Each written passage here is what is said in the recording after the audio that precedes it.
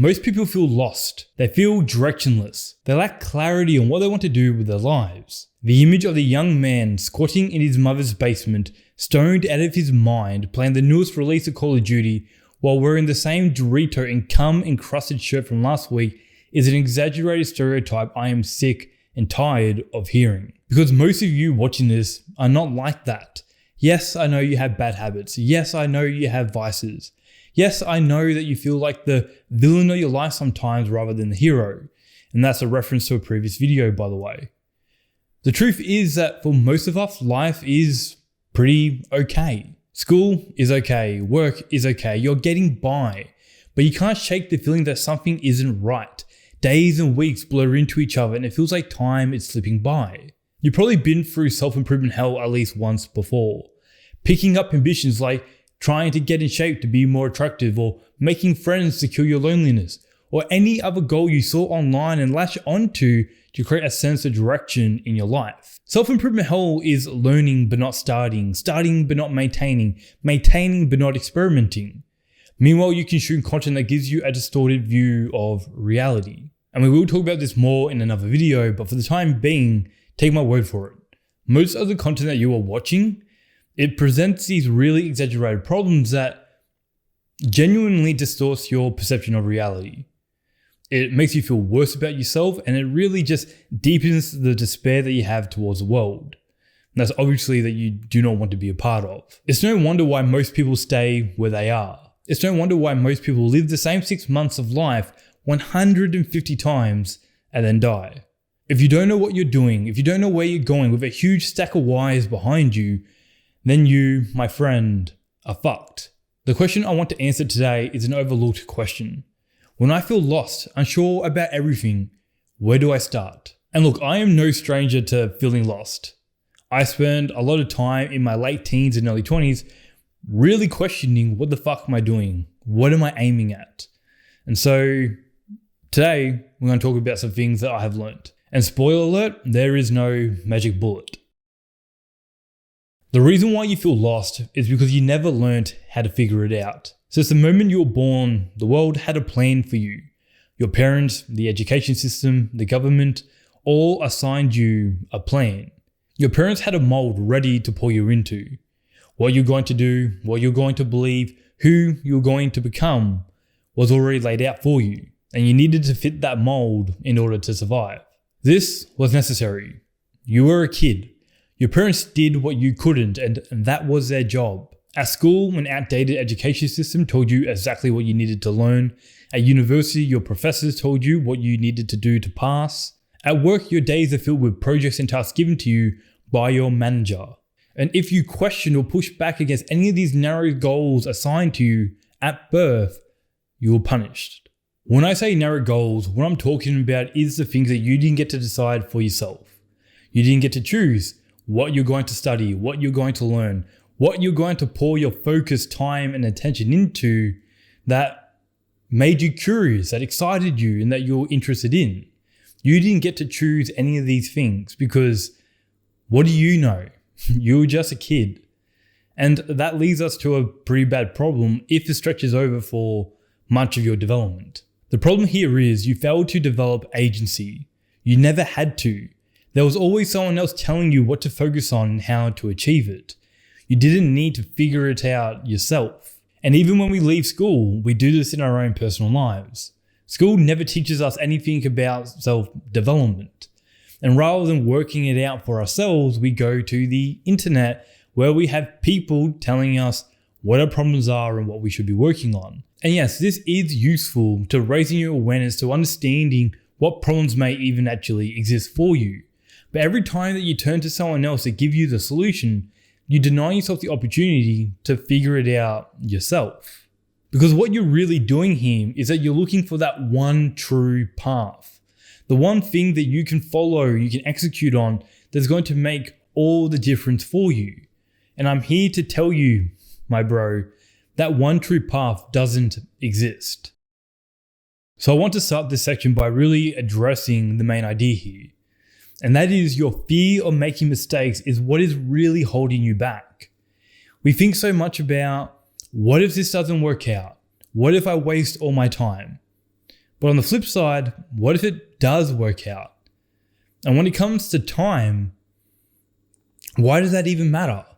Because if you're going to be living the same life that you are now, lost and directionless, then what do you have to lose by giving something a go, to trying something new, to learn, to make a new discovery? You need to give yourself permission to do what you want. If you want to stay up to 4 a.m. jerking off to porn, do it. If you want to try that fad diet, do it. If you want to sink 6 hours into scrolling TikTok, do it. Allow yourself to do whatever your heart desires, but you also must be paying attention. You must notice when the things you do are a mistake. Staying up late into the night watching a video, explicit or not, is a mistake if it prevents me from waking up early, well rested to write ideas the next morning. Mistakes are the things you do that is holding you back from the life you want to live and the goals you set for yourself. Because if the thing you're aiming at was really important to you, you wouldn't want to do anything that gets in the way of it. Do you see what I'm saying? Don't worry about your vices. Don't worry about your bad habits. Don't worry about discipline or consistency. What you need more than anything else is a project to really pour your heart and soul into that will bring everything else into alignment.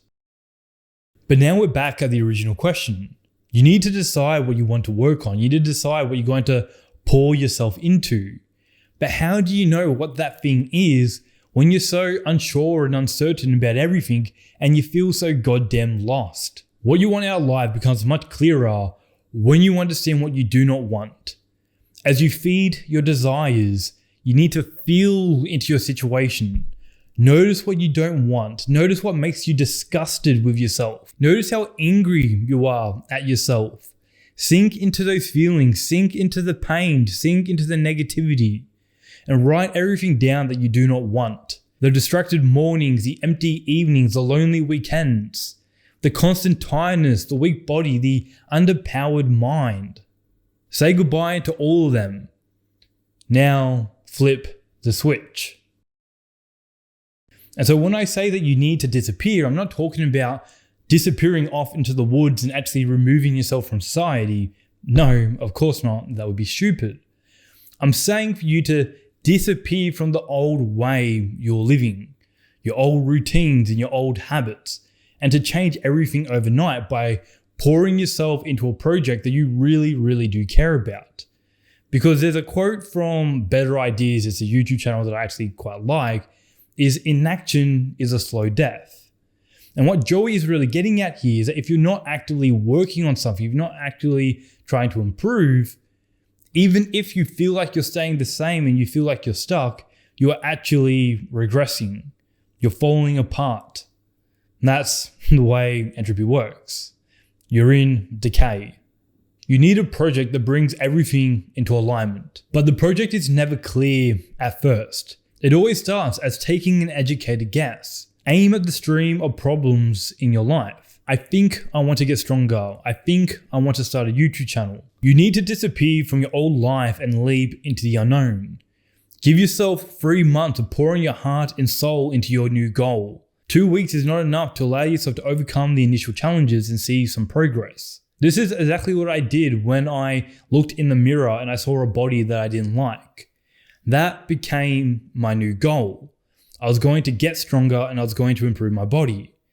But the project of the gym didn't really form until 3 months after I started going and I started to see some improvements. So I was like, holy shit, I really do like this. It was the same thing when I finished my degree at university. I wasn't sure of what I wanted to do with this surplus of time that I had. Yes, I was actually working at a power plant, but I also wanted another project I could spend my spare time on. And I had this thought. I could start a blog, and that blog turned into the YouTube channel. I took the risk. I gave myself permission to make the mistake. And here we are. That is how a project is developed. It is created through effort, not found in a quick fix. The project becomes important to you, becomes woven into your identity, and everything else falls into place. And I truly mean this because I very rarely struggle taking myself to the gym now, because going to the gym Being someone who lifts heavy weights is a part of my identity. Without it, a big chunk of myself would no longer be there. There is no answer until you create it for yourself. It starts by taking a risk. Leave the comfort zone that is keeping you small. Place the bet on yourself for a goal that you know deep down is achievable. You will struggle, you will be challenged, you will doubt yourself. That's good. These are signals for growth. These are signs you're moving in the right direction. Sometimes the risk was a mistake. That's good too. You learned something new. It gives you information to know what you do not want. If you're not making mistakes, you're not pushing yourself hard enough to get where you want to be. I'll give you an example. A lot of people would say moving out of my old share house and into this apartment here, where a really large chunk of my pay is allocated to rent each week, would be a mistake. And on paper, I would agree. Financially speaking, it seems like a pretty stupid thing to do. But I wanted to place that bet on myself to get this YouTube thing to work. And no matter how much self-doubt that I have trying to get this thing off the ground, I really want to see if I can. And so here we are, struggling, learning, making mistakes. And if you're watching this, then you are a part of this journey too. And to be absolutely clear here, don't go out and double your rent just for shits and gigs. You're not going to get this magical answer about what you're going to do with your life by doubling your rent. Obviously, that is not true. But in the thing that you decide to work on, the stupid decision that you're going to make, you need to have at least a shred of self-belief that you'll be able to pull through. So in summary, 1, sink into the pain of your situation. Be disgusted with everything you do not want in your life. Channel that negativity into something productive. Flip the switch. 2, leap into an educated guess. Make that stupid decision. Force yourself to leave your comfort zone. Pour your effort into something important for yourself. And 3, make the mistake. Learn from your stupid decisions. Fill your mind with available information. Channel everything you have into that one project you have created. Generate that stack of wires behind you that forces everything else into place. And you won't be lost anymore. That's all for today, my friends. Thank you so much for being here. I really do appreciate you. If you want to see the written version of this idea, then check out the link in the description below. But for now, I'll see you in the next one. Bye.